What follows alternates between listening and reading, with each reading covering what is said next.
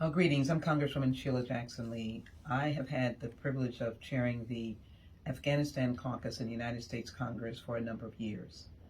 I thought it was important to express a forward-thinking thought as Americans and those around the world look at the calamity and the needs of the Afghanistan people, particularly in Kabul, over the last couple of days.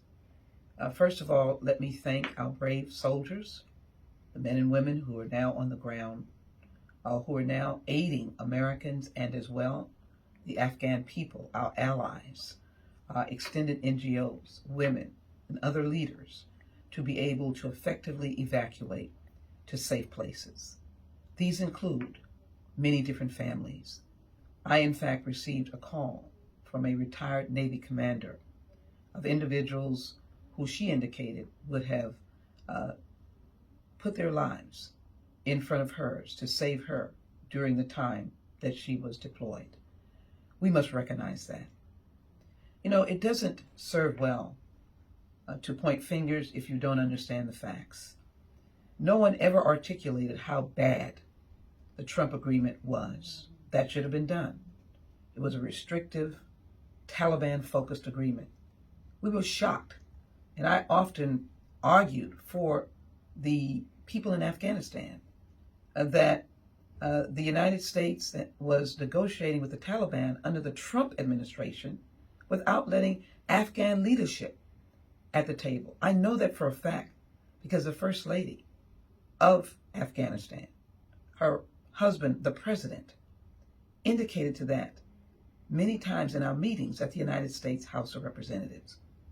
As a member of the Women's Caucus and someone who focused on these issues, the women came and said it over and over again.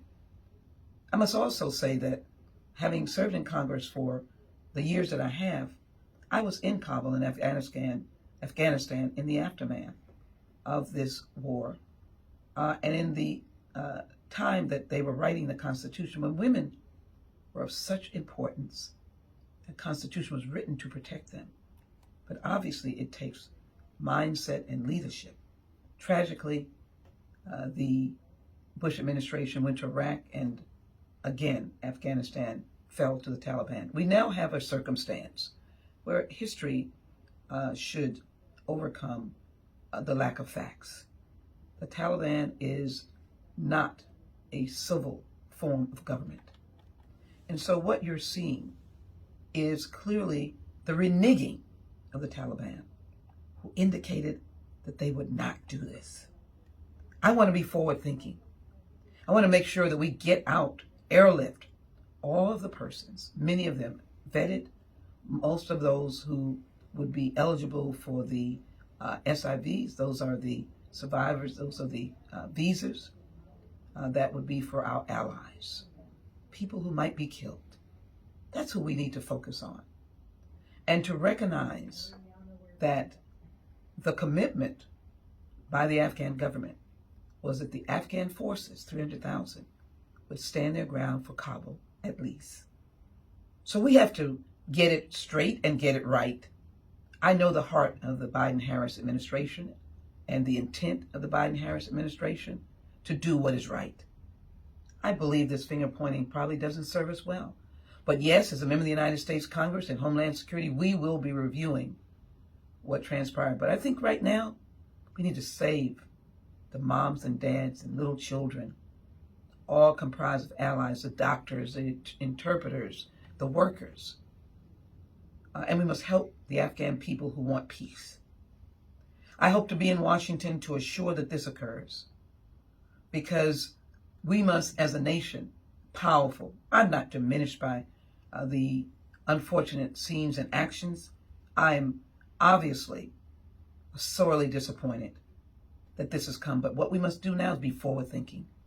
Let's help them. Let's get it done. Let's get it resolved. Let's get it quieted down. Let's get our soldiers who are there doing their job so ably. Let's give them the support they need so they can get this government to stand back on its feet. And let's tell the Taliban,